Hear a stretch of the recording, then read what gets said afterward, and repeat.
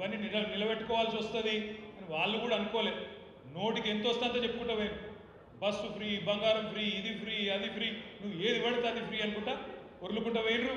వాళ్ళు కూడా అనుకోలే మనం లెక్క కడతాం 420 హామీలు దొరకబడతాం అనుకోలే. అందుకే నేను అనేది మీతో ఒకసారి ఆ ఓట్ల స్లైడ్ పెట్టమను. ఆ ఓట్లది చూడండి ఒక్కసారి మీరు. ఏం జరుగుతుంది కరీంనగర్ లోక్సభలో రేపటి రోజున ఆ ఓట్లలో అంటే తప్పకుండా మొన్న కాంగ్రెస్కు ఓటేసిన వాళ్ళల్లో చాలామంది ఇప్పటికే పశ్చాత్తాపడుతున్నారు, బాధపడుతున్నారు. ఊళ్ళల్లో రైతులు బాధపడుతున్నారు. ఇదేమిరా నాయన, కేసీఆర్ ఉన్నప్పుడు వారం రోజులలో 10 రోజులలో రైతు బంధు వస్తుండే, ఇదేం గుంపు మేస్త్రి పాలనరా నాయన, ఇప్పటివరకు రైతు బంధు దిక్కులేదు.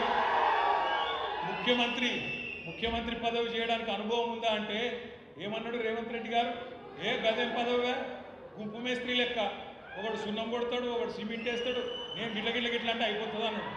అదే టూత్ పాలిష్ లెక్క ఏమున్నది అన్నాడు. అందుకే అనుభవం లేదు కాబట్టి, అనుభవం ఉన్న కేసీఆర్ గారు ఏం చేసిండు, పైసా కూడబెట్టి 7,500 కోట్లు జమ చేసి 70 లక్షల మంది రైతులకు వారం రోజుల్లో వాళ్ళ ఖాతాల్లో టింగు మనం అడుకుంటా వారం రోజులలో రైతు బంద్ చేసిన నాయకుడు కేసీఆర్ గారు. గుంపు మేస్త్రి గారు పాపం డిసెంబర్ 3 ముఖ్యమంత్రి అయినాక ఈ రోజు వరకు రైతు బంధు ఏయానా తెలుస్తలేదు, వద్దా తెలుస్తలేదు. కానీ విదేశాలకు పోయి మాత్రం పచ్చి అబద్ధాలు చెప్తాడు. నేను రైతు భరోసా చాలు చేసినా, అది రైతు భరోసా అన్నట్టు దాని పేరు, మొన్న చెప్తాడు దావోస్లో. పచ్చి అబద్ధం. రైతు భరోసా చాలు అయ్యిందా? రైతు భరోసా అంటే 15,000 వేయాలి కదా, మరి ఒక పంటకు 7,500 వేయాలి కదా, ఒక కాలానికి వేసిండా? మరి రైతు భరోసా అని చెప్పి రైతు బంధు పేరు మార్చి ఇవాళ డూప్లికేట్ మాటలు మాట్లాడుతాడు గుంపు మేస్త్రి గారు దావోస్లో. నేను ఒకటే మాట మీ అందరికీ విజ్ఞప్తి చేసేది, ఇట్లా ఒకసారి కాదు, మీరు సోషల్ మీడియాలో మీరు గట్టిగుంటే రోజుకు 10 సార్లు దొరుకుతారు వాళ్ళు, రోజుకు 10 సార్లు దొరుకుతారు. నిన్న కోమటిరెడ్డి వెంకటరెడ్డి గారు మాట్లాడారు, మీరు చూసే ఉంటారు. రైతు బంధు పడలేదు అని ఎవడన్నంటే చెప్పు తీసి కొడతా అంటుండు. రైతు బంధు పడలేదు అని ఎవరన్నంటే చెప్పు తీసి కొడతా. ఇది మన గౌరవ మంత్రివర్యులు కోమటిరెడ్డి వెంకటరెడ్డి గారి మాట. సరే పెట్టవా.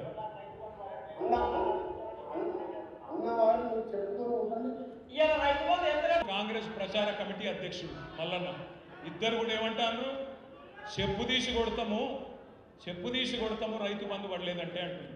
ఇవాళ నేను రాష్ట్రంలో ఉన్న 70 లక్షల మంది రైతులను అడుగుతున్నా, ఎవరెవరికైతే రైతు బంధు పడలేదో వాళ్ళని ఆలోచించమని అడుగుతున్నా.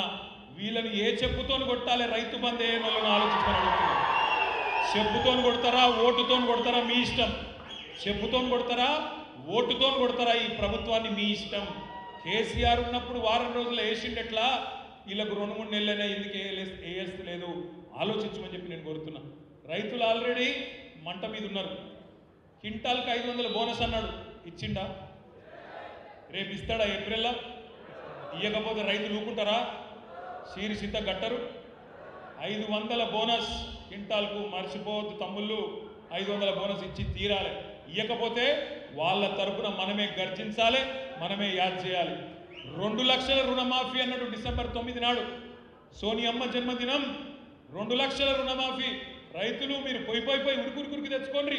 ఇప్పటిదాకా తీసుకొని వాళ్ళు ఉంటే డిసెంబర్ 8 దాకా ఓన్రి పోయి తెచ్చుకోండి, నేను సంతకం పెడతా అన్నాడు. డిసెంబర్ 9 పోయింది, జనవరి 9 పోయింది, ఫిబ్రవరి 9 వస్తుంది. చేస్తాడా? చేయడు, చేత కాదు. ఎందుకంటే గుంపు మేస్త్రి గారికి ఇదివరకు పనిచేసిన తెలివి లేదు. ఏదో ప్రతిపక్షంలో ఉన్నప్పుడు డైలాగులు కొట్టుకుంటూ అవతల పడ్డాడు. నోటికి ఎంత వస్తా అంత ఒర్రుకుంటా, కేసీఆర్ మీద బూతు పురాణం ప్రయోగించుకుంటా ఒర్రుకుంటా తిరిగి ఒర్రుపోతాడు తప్ప ఆయనకి ఏం తెలియదు.